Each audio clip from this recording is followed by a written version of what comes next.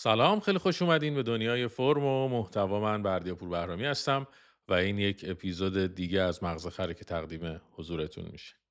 چند روزیه که از جنگ 12 روزه میگذره و امیدوارم که به هیچ عنوان بر نگردیم به اون شرایط و اون حال و هوا، نه ما نه هیچ کس دیگری در هیچ جای دنیا واقعا. ولی داشتم فکر میکردم که در یه همچین مواردی همیشه اینجوریه، ولی خب اینجور فکرها توی موارد پرتنش و بیشتر خودشو نشون میده.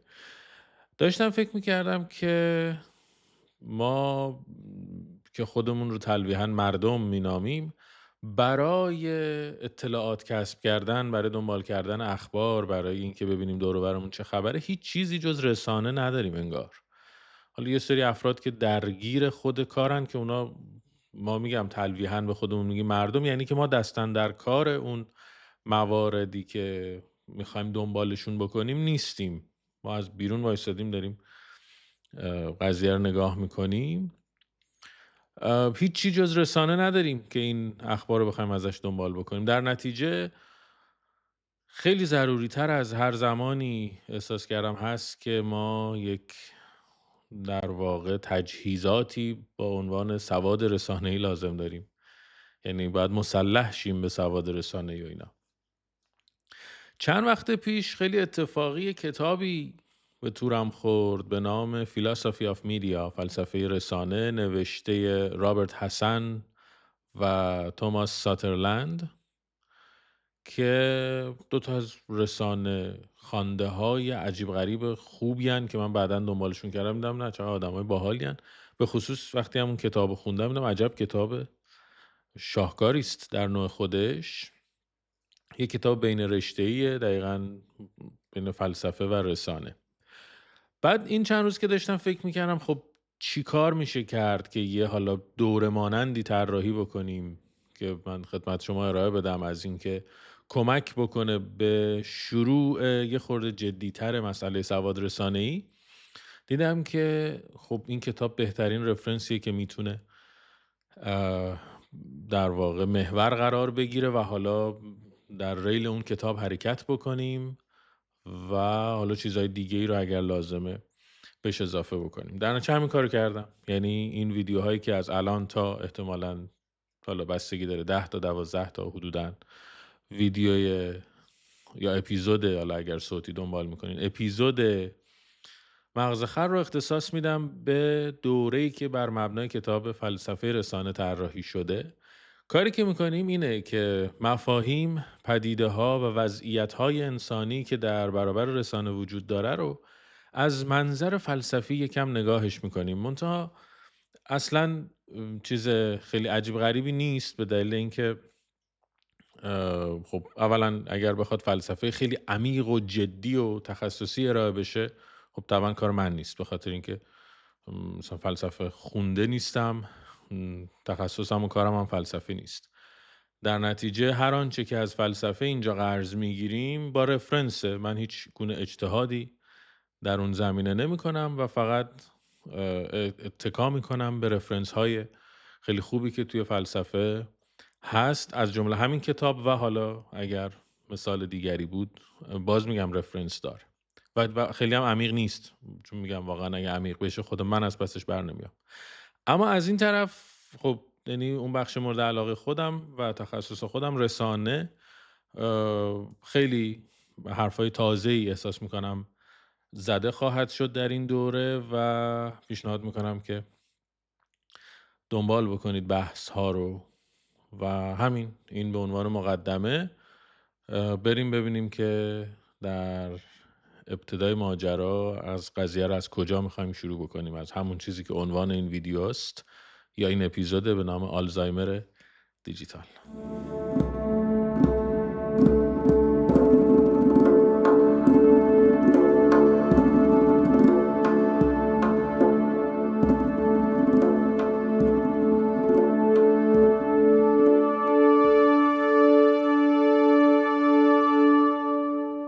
اولین جمله‌ای که بر اساسش شروع می‌کنیم قضیه رو، یک جمله است به زبان لاتین: این مدیاس رس. این مدیاس رس در واقع یک اصطلاح ادبیه برای داستان یا دراماهایی که از وسط شروع میشن، از زمانی شروع میشن که داستان اتفاق افتاده و شروع شده و با فرمول کلاسیک متفاوته. یعنی مقدمه ای نداره، مثلا فرمول کلاسیک اینه دیگه، مقدمه عطف اول نمیدونم فلان عطف دوم. این مقدمه ندارن این داستانا و ماجرا شروع شده و ما یهو با ماجرای شروع شده مواجه میشیم در یک داستانی، در یک فیلمی و اینا. این توصیف خیلی بهتر و نزدیکتری است به تجربه انسان. چرا؟ به خاطر اینکه ما هم اساساً در طول زندگیمون با شروع هیچ چیز مواجه نمیشیم. همیشه چیزی رو که تجربه میکنیم ادامه یه چیز دیگری است. ما در میانه راه زندگی جهان به جهان پا میذاریم و در همون میانه از جهان پامون رو بیرون میذاریم. وقتی که با هم آشنا میشیم، من در میانه راهم با یک نفر دیگری در میانه راه زندگیش با هم آشنا میشیم. وقتی که به دنیا میایم حتی در ابتدای صرف و صفرمون نیستیم، ما یک مرحله از رشد و تکاملمون رو شروع کردیم، گذروندیم و بعد پا به این دنیا میذاریم. تازه اگر اعتقادی تازه به اون که جهان قبل از مایی وجود داشته و ما از جهان دیگری به این جهان میایم هم اعتقاد نداشته باشیم، همین که به این جهان میایم یه 8-9 ماه از تولید و رشدمون گذشته و میایم و همیشه و همیشه و همیشه در میانه یک اتفاقی داریم زندگی میکنیم، داریم زیست میکنیم. و این مفهوم علیرغم اینکه بسیار مفهوم عمیقیه، بسیار مفهوم راهزنی هم هست. چرا؟ مفهوم راهزنیه به این دلیل که خیلی وقتا ما دیگه اون شرایط دور و برمون رو انگاری که یادمون میره، دیگه بهش هوشیاری نداریم. مثل وضعیتی که دیدین آدم‌هایی که کنار دریا زندگی میکنن ازشون که میپرسی، از یه جایی به بعد دیگه صدای دریا رو نمیشنون. در حالی که وقتی شما کنار دریا زندگی نمیکنید، اتفاقا یکی از تفریحات و جذابیت‌هات اینه که بلند شی یه تعطیلاتی رو بری و گوش بدی به صدای دریایی که تو اون محیط هست و لذت ببری. مسئله رسانه هم برای ما دقیقا یه همچین شکلی شده. شما این سوال رو ببینید خودتون چجوری بهش جواب میدید. آخرین باری که به اینترنت گفتید رسانه نو کی بوده؟ اصلا کی آخرین باری که به اینترنت به عنوان یک پدیده نو فکر کردید کی بوده؟ خود همین که دیگه به اینترنت بگیم نو قدیمی شده دیگه. یعنی دیگه در زمانه زیست نمی کنیم که به اینترنت میگیم نو، در حالی که خود من شخصا تو ایران زمانی رو زیست کردم که اصلا اینترنتی در ایران وجود نداشته. ولی الان هر چی فکر میکنم که جهان قبل از اینترنت من چه شکلی بود، چیزی یادم نمیاد. اینکه ما این همه روز رو بدون اینترنت میگذروندیم چه جور چیزی است یادم نمیاد. یا یک اصطلاحی داره فیلیپ کاتلر در یکی از کتاب‌هاش، فکر کنم آخریه، یکی مونده به آخری، که راجع به بازاریابی دیجیتاله، نسل 5 یا نسل 6 فکر میکنم. میگه ما جهانی دور و برمون هست که افرادی در اون زندگی میکنن که اینها خیلی اصطلاح بامزه‌ای به کار میبره، بهشون میگه دیجیتال نیتیو. میگه ما دیجیتال نیتیو هایی رو داریم دور و برمون، در این حالی که آدم هایی رو داریم که حتی دوره قبل از دیجیتال شدن رو هم به یاد میارن، چه برسه به آنلاین شدن. خب این سرعت این تغییره خودش قابل توجهه، ولی یک داستانی رو بر ما داره ایجاد میکنه و اون هم اینه که ما در برابر رسانه هم دوچار اون فراموشی که مثالش رو با صدای دریا در محیط زدم شدیم، که اسمش رو من گذاشتم آلزایمر دیجیتال. و این در واقع شروع اون چیزی است که ما به عنوان بحث آسیب شناسی در برابر رسانه مطرح میکنیم. یعنی اینجاست، یعنی زمانی که هوشیار میشیم و میبینیم ما اصلا یادمون رفته که رسانه دور و برمون رو گرفته و رسانه، نسبت به رسانه در وضعیت هوشیاری قرار نداریم. برای همین الان میخوام یه کاری بکنم با الهام از همین کتاب فیلاسوفی آف میدیا.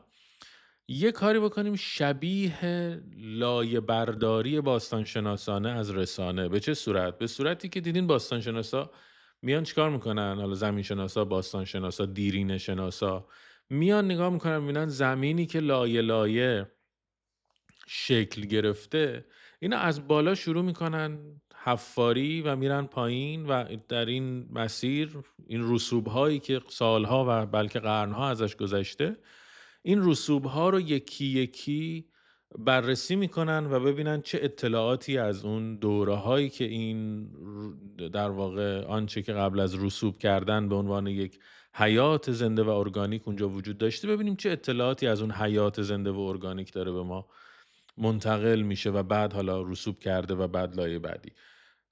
یه همچین کاری رو الان میخوام با یه چند تا دوره از رسانه بکنم که یه خورده لایه برداری بکنیم و نکتهش همینه دیگه که از لایه بالایی شروع میکنیم، یعنی لایه‌ای که جدیدتره، به ما نزدیکتره، بعد همینجوری هرچی میریم پایینتر به لایه های قدیمی تر میرسیم. یکی از کارهای شگفت انگیزی که در این کتاب فیلاسوفی آف مدیا اتفاق میفته همینه که یهو یه سری چیزهایی رو از اه، یعنی یه سری فکت ها و حقایقی رو از انسان به خودش نشون میده که خیلی جالبه. حالا به مرور بهش میرسیم. پس الان اول میخوام یه کوچولو شروع کنم از بالا تا پایین، ببینیم که وقتی حفاری میکنیم میریم پایین به چه صورته و بعد حالا از اون پایین وقتی عمیق داریم میایم جلو دیگه به ترتیب حالا توی اپیزودهای بعدی دیگه بررسیشون بکنیم یکی یکی، ببینیم چه نکته‌هایی، چه زمانهایی نزدیک با چه نظرات فیلسوفانه‌ای میتونیم در مورد رسانه داشته باشیم. لایه اولی که وقتی حفاریمون رو شروع میکنیم، چون ما الان تو قرن 21، اولین حفاریمون طبعا ما رو به فسیل‌های رسانه‌ای در قرن 20، قرن قبلی میرسونه که زمانی رو ما می‌بینیم تو این حفاری که روزنامه، رادیو، تلویزیون، اه، رسانه نو و نوظهور و پدیده‌های نوی اون قرنن. یعنی تلویزیون دنیا رو شگفت زده کرده، روزنامه داره دنیا رو شگفت زده میکنه و مثل الان دیگه به روزنامه و تلویزیون و اینا کهنه و فسیل و ناکارآمد و قدیمی اطلاق نمیکنن. اون دوره خیلی جالبه که اولین دوره است که یهو شاخک‌هایی در برابر رسانه حساس میشه. یعنی یهو متوجه میشیم که رسانه تا لحظه قبلش بشر خیلی ارگانیک داره ابزار میسازه، داره اختراع میکنه، خیلی بامزه است. و یهو مثلا یک متفکری مثل ریموند ویلیامز در دهه 1950 یه هوشیاری یهو نسبت به رسانه پیدا میکنه که آهای ملت، این چیزی که رسانه جمعی داره انجام میده انتقال ایدئولوژی ها، این خیلی چیز خالصی نیست. یعنی چی؟ یعنی یک مفهومی اون دوره به وجود اومده به نام رسانه سرمایه یا کپیتال مدیا، که داره میگه که ببین، این رسانه گره خورده به منافع یک گروهی، یک کسی، یه ایده‌ای، یه ایدئولوژی. خب نکتهش چیه؟ نکتهش اینه که پس ما یهو زمانی به رسانه آگاه میشیم که رسانه گره خورده به منافع یه گروهی، یه حزبی، یه دولتی، یه حکومتی، یه چیزی. اولین مواجهه ما، یعنی پس زمانی که اولین هوشیاری ما نسبت به رسانه اتفاق میفته، اینه که وصل به منافع یه جایی. و نکته‌ای که از دل این قضیه باید بیرون کشید و بهش توجه کرد اینه که رسانه ذاتاً اینه ها، یعنی اصلا هیچ چیزی غیر از این نیست. یعنی امکان نداره رسانه‌ای وجود داشته باشه که به منافع کسی، گروهی، حزبی، هرچی، به منافعی گره نخورده باشه. شما همین کانال کوچک یوتیوب من به منافع شخصی من گره خورده. در نتیجه هر چی که من توش دارم میگم مستقیما با منافع شخصی من درگیره. پس حرفایی میزنم که به منافع شخصی من اضافه بکنه دیگه. خیلی دو تا چهار تای ساده‌ای داره. و این رو شما بست بدین به همه رسانه‌ها، همه کانال‌های رسانه‌ای و همه پتانسیل‌های رسانه‌ای. اگر غیر از این باشه اون رسانه داره کارشو غلط انجام میده. حالا بحث پس این نیست که این رسانه‌ای وجود دارد که ایدئولوژیک نیست. ایدئولوژیک به معنی ایده داشتنش. بعداً در طول حالا تطور این مفهوم ایدئولوژی می‌بینیم که ایدئولوژی به تعریف‌های دیگری هم تغییر شکل م، میده و حالا کاری باش اینجا ندارم. ولی هر رسانه‌ای داره یه ایده‌ای رو منتقل میکنه که این ایده در راستای منافع یک گروهی، یک عده‌ای است. و این در واقع وضعیتی است که از این طرفش رو وقتی نگاه میکنیم میبینیم که حالا رسانه جمعی داریم که ابزار انتقال ایدئولوژیه، از این طرف گره میخوره به قدرت و سرمایه، از این طرف گره میخوره به یک توده ساده‌لوح و قابل دستکاری. خب این اون در واقع میشه گفت این اولین مواجهه، نمیگم همه رسانه ها اینجوری یا همه آدم ها این وضعیت رو دارن ها، ولی نکته‌ای که میخوام بهش دقت بکنید اینه که ما زمانی چشمون رو باز میکنیم رسانه رو میبینیم که این اتفاق داره توش میفته به هشدار متفکران همون خودش. منتها آسیب شناسی که اتفاق میفته برای این شرایط میگه که این مثلا ریمون ویلیامزه که میگه ببین این وضعیت به وجود اومده، رسانه داره یه سری دستکاری میکنه ذهنا رو و داره منافع یه سری رو فقط در نظر میگیره و علیه منافع بقیه داره راه حرکت میکنه.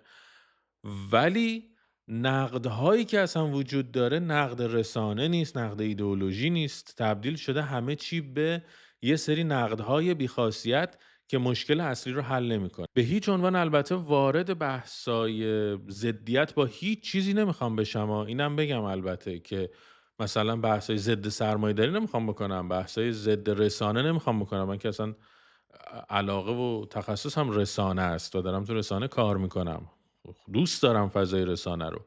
ولی میخوام وضعیت رو فقط شرح بدم که یک رسانه گره خورده به سرمایه و این سرمایه از طریق رسانه داره افکار عمومی رو کنترل میکنه و یه نفراتی دارن هشدار میدن که آهای ملت حواستون باشه که رسانه اومده مغز شما رو شستشو بده، دستکاری بکنه و نقدهایی داره اتفاق میفته که نقدها نقدهای بی خطرن. تعمدن رسانه داره نقدهای بی ضرر به شما میفروشد که شما به ماجرای اصلی توجه نکنید. همین سناریویی که تا همین الان هم بسیار زیاد استفاده میشه دیگه. یعنی تا یه خبری پخش میشه یهو مثلا یه عده میگن آی مردم حواستون باشه این خبر رو پخش کردن که حواس شما رو از اون خبر اصلیه پرت بکنن و اینا. در مواردی هم درسته ها، ولی حالا اونا رو میذارم سر جاش، سر بحثای تکنیکای سواد رسانی اینا اونجا بهتون توضیح میدم که چه جوری میشه، چی میشه، چه جوری باید باش کار بکنیم. ولی فعلا میگم شرح ماجراست. میریم لایه دوم. وقتی که این باستان شناسی و حفاریمون رو ادامه میدیم میریم و میرسیم به زمان قدیمی تر، قرن 15 در اروپا و اختراع ماشین چاپ گوتنبرگ. اینجا یه چیزی رو باید توجه بکنیم که زمانی که ماشین چاپ اختراع میشه، ماشین چاپ صرفاً یه راهی نیست برای اینکه کتاب‌ها رو ارزونتر و سریعتر چاپ بکنیم و به دست مشتری برسونیم که اینم هست، ولی این سطح ماجراست. متفکری به نام بندیکت اندرسون به ما میگه که تکنولوژی، این همون چیزی که گفتم سرمایه‌داری چاپ، اونجا سرمایه‌داری رسانه بود توی لای رسوبی اول، اینجا یه مفهومی رو داریم باش مواجه میشیم به نام سرمایه‌داری چاپ، کپیتالیزم. که بر اساس یا در واقع میشه گفت در تبع یا به تبع در اختراع ماشین چاپ یک نوع خاصی از سرمایه‌داری حالا به وجود میاد که بعداً منجر میشه به اون لایه بالایی دیگه. میگم دقت بکنید که داریم در زمان میریم عقب، یعنی رسانه چاپی و تلویزیون و اینا رو رد کردیم، داریم میرسیم به زمانی که اولین بارها ماشین چاپ اختراع شده، که میگه چی؟ میگه آقا چاپ با استاندارد کردن زبانهای محلی و انتشار روزنامه‌ها برای اولین بار به مردم حس هویت ملی میده و یک تصور ذهنی جدیدی رو منطبق با سرمایه‌داری که با منطق خودش طراحی میکنه، یعنی رقابت، بازار، سرزمین. برای که باید یه رقابتی ایجاد بشه و بازاری رو در سرزمین‌های مختلف ایجاد کرد دیگه. این اون چیزی است که در واقع اون میشه گفت تغییر اساسیه که با ماشین چاپ توی اذهان اتفاق میفته. پس نظر اینه که ماشین چاپ اختراع شده و یه آدمی، مثلا مثالشو دارم میارم دیگه، یک آدمی مثل بندیکت اندرسون داره میگه که ببین، این چیزی که به عنوان ماشین چاپ اون دوره اختراع میشه صرفاً یه وسیله تکنیکال نیست، این یک تأثیر فلسفی روی آدم‌ها داره میذاره و اینجا از پی این ماشین چاپ گوتنبرگ ما اه، در واقع میشه گفت که مدرنیته رو داریم شکل میدیم. و نکته این که حالا به یک عبارت دیگری همینو بخوام بگم، یه چیزی در جهان اندیشه انسان به وجود میاد به نام تکثیر و شکل جدیدی از تکثیر به وجود میاد و خیلی ها حتی این داستان لیبرالیسم رو هم از ماشین چاپ ریشش رو میدونن، به دلیل اینکه اولین چیزهایی که در اروپا تکثیر میشه و چاپ میشه و در اختیار همه قرار میگیره کتاب مقدسشونه و این کتاب مقدس تا پیش از اون داشته تلاش می شده که فقط در اختیار یک عده محدودی باشه و آدم‌ها اگر سوالی درباره اون دارن خودشون حق ندارن که کتابو بخونن و برداشت داشته باشن. اگر سوالی دارن باید مراجعه بکنن به در واقع طبقه خاصی از روحانیت که خودشون رو متخصص دین میدونن که اونها براشون کتاب مقدس رو توضیح بدن. اما وقتی که دیگه بی‌رویه و غیرقابل کنترل و غیرقابل محدود سازی کتاب مقدس داره چاپ میشه و در اختیار همگان قرار میگیره، چون تا پیش از این یادمون باشه که اه، دانش، اطلاعات به طور کلی در انحصار طبقه اشرافه، در همه جای دنیا این شکلی هست، یا بهتر بگیم در انحصار طبقه پولدار، طبقه ثروتمند و طبقه الیت جامعه به معنی هم اقتصادی و هم اجتماعی و هم فرهنگی است. خب وقتی که اطلاعات تکثیر میشه و در دسترس قرار میگیره، آدم‌ها حالا خودشون شروع میکنن برداشت کردن، خودشون کتاب مقدسشون رو میخونن و میبینن ما خیلی انگار نیازی هم نداریم که اون آدم حتما برامون این کتاب رو تفسیر بکنه، بالاخره خودمون یه برداشتی میتونیم داشته باشیم و اینجا میگن که میشه ریشه های لیبرالیسم رو هم از این ماشین چاپ زد. بریم عقب‌تر، جایی که اساساً نوشتن متولد میشه و این یکی از لحظه‌های، برای خود من یکی از لحظه‌های خیلی بامزه و خیلی لذت بخش این کتاب بود. زمانی که به من یادآوری میکنه که نوشتنی که امروز باهاش سر و کار داریم و به عنوان یک ویژگی طبیعی انسان تلقی میشه، یک روزی تکنولوژی اختراع بشر بوده که توی اپیزود بعدی میبینیم که خیلی مخالفت ها میشه با نوشتن. خیلی جالبه و در واقع اون لایه رسوبی قدیمی تری که میخوایم بهش اشاره بکنیم همینه که زمانی نوشتن پدید میاد، نوشتار به عنوان اولین و قدرتمندترین تکنولوژی خودش که به ما توانایی تفکر انتزاعی میده دسته‌بندی دانش بعد از نوشتنه و درست از زمانی که انسان شروع میکنه به نوشتن ما میگیم تاریخ و به پیش از نوشتن انسان میگیم دوره پیشا تاریخ و خیلی تحول سازه این چیزی که امروزه به عنوان یک ویژگی ارگانیک انسان داریم بهش نگاه میکنیم که میگم اینو مفصل بهش برمیگردیم. نکته بعدی رو که بگم و این اپیزود رو به پایان ببرم که خوبه بهش توجه بکنیم اینه که تکنولوژی و رسانه به خصوص از دل این حفاری به ما درباره تکنولوژی و رسانه از دل این حفاری یک کشف باحالی منتج میشه و یک کشف باحالی حاصل میشه و اون هم اینه که تمام این تکنولوژی ها از اون قلم یا از اون ابزار نوشتنی که ابتدا بوده تا ماشین چاپ تا همه تکنولوژی هایی که ما داشتیم تا پیش از دیجیتال شدن جهان، یا نه که بگم دیجیتال شدن جهان، بهتره بگیم که تا زمانی که ابزار دیجیتالی به جهان اضافه میشه، تا زمان اضافه شدن اون ابزار دیجیتال، هر آنچه در جهان ما میسازیم و هر آنچه که ماشین و تکنولوژی و ابزار داریم همه آنالوگن. یعنی چی؟ با چه تعریفی؟ یعنی کتاب این تعریف رو میده که آنالوگ یعنی تناسب و تناظر داشتن با طبیعت.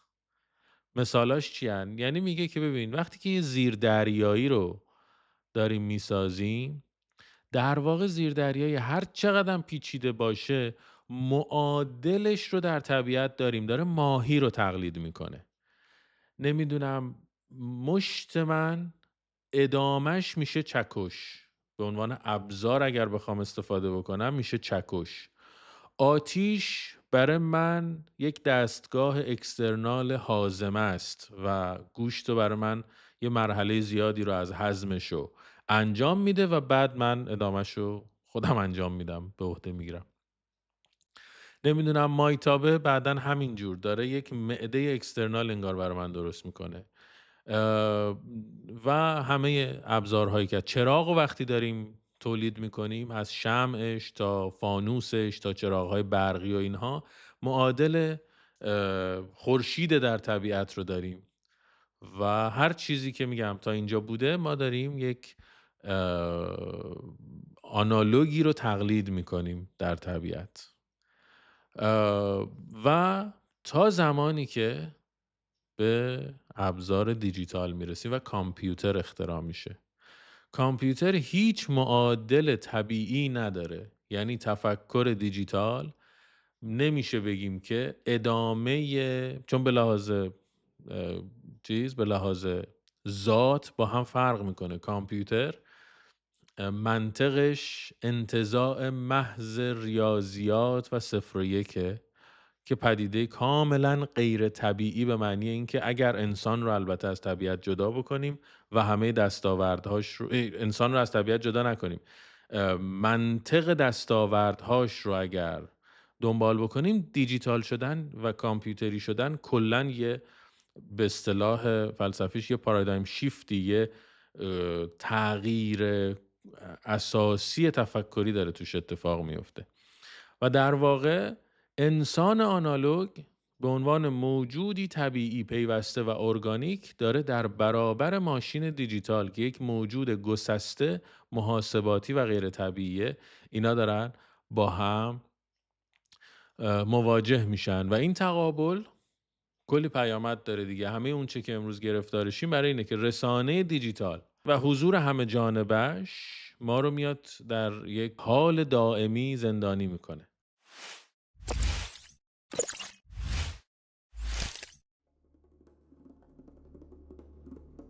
چیکار کردیم در این مقدمه؟ یه باستانشناسی خیلی کوتاه انجام دادیم از 3 لحظه یا 3 لایه رسوبی که در دنیای رسانه وجود داره. قرن 20 رفتیم و دیدیم که رسانه به سرمایه سرمایه‌داری گره خورده و داره ایدئولوژی منتقل میکنه. رفتیم پایین‌تر زمانی که قرن 15 ماشین چاپ داره اختراع میشه و مفهوم تکثیر رو به عالم اضافه میکنه و بعد رفتیم دیدیم نوشتن هم خودش حتی یک زمانی به عنوان یک تکنولوژی و رسانه داره کار میکنه و آدم‌ها به محض اینکه اون رسانه براشون به قول کتاب به یک حال دائمی در میاد، دیگه دچار فراموشی از یک چیزی میشن که امروز به طور کلی ما میشه گفت که در یک حالت فراموشی یا آلزایمر دیجیتال یا آلزایمر رسانه‌ای قرار داریم و غیر طبیعی بودنش هم گفتیم به خاطر اینه که از زمانی که پای جهان دیجیتال باز شد به جهان آنالوگ، تقابلی شکل گرفت که متفاوت از تقابل‌ها، متفاوت از ابزارهای قبلی بود. حالا از اینجا و شرح وضعیت و شرح اصلی مسئله میریم شروع میکنیم بقیه مواردی که میخوایم صحبت بکنیم و از دل همین حالا قدم به قدم میبریم جلو تا به پایان این دوره برسیم و بعد دوباره حالا با موضوع دیگه مغز خر رو ادامه بدیم. ارادتمند تا اپیزود بعدی در تماسیم.